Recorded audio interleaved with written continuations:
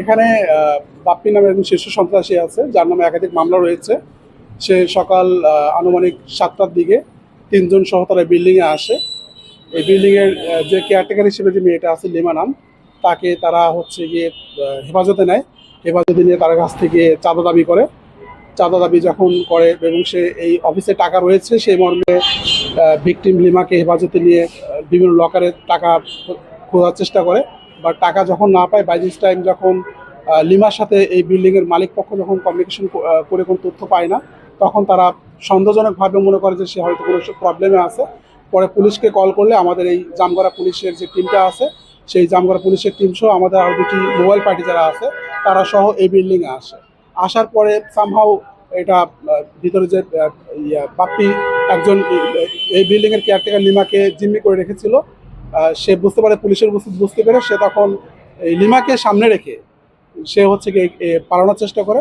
Police আমাদের এই hostess যাকে জিম্মি করছে লিমা, তাকে সেভ করার জন্য পুলিশকে যখন লক্ষ্য করে ভিতর থেকে বাপ্পি গুলি বর্ষণ করে, তখন এই জিম্মিকে মুক্তি করার জন্য পুলিশের পাল্টা গুলি নিক্ষেপ করলে পরবর্তীতে সে আমাদের মূল টার্গেট তো ছিল জিম্মিকে আগে নিরাপদ করা।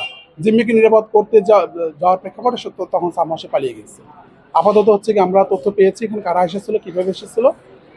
আমরা হচ্ছে কি এটা তদন্ত করব, আমরা পরবর্তীতে আরও তদন্তের আপডেট জানাতে পারবো।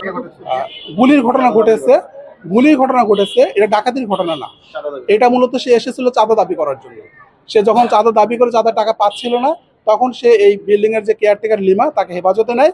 হেফাজতে নিয়ে মালিক পক্ষের সঙ্গে সে তার কাছে তাকে বল প্রয়োগ করার জন্য মূলত তাকে হোস্টেস করে বাই দিস টাইম মালিক পক্ষ যখন পুলিশ সে অনুমান করে যে এখানে কোনো একটা সমস্যা হয়েছে, পুলিশকে জানালে পুলিশের রেসপন্সের কারণে সে চাঁদাও নিতে পারেনি এবং হোস্টেসকে কোনো ক্ষতি করতে পারেনি। বাট এখানে গোলাগুলি ঘটনা ঘটেছে। বিল্ডিংয়ে ছিল একজন, তারা 3জন বিল্ডিংয়ের ভিতরে প্রবেশ করে, পরে আরও 2জন প্রবেশ করে, তারা 4জন যাওয়া আসার ভিতরে ছিল, ফাইনালি শুধু একজনই ছিল। এটা আমাদের তদন্তের সাথে আমরা এখন প্রকাশ করছি না, আমরা ফার্দার জানাবো।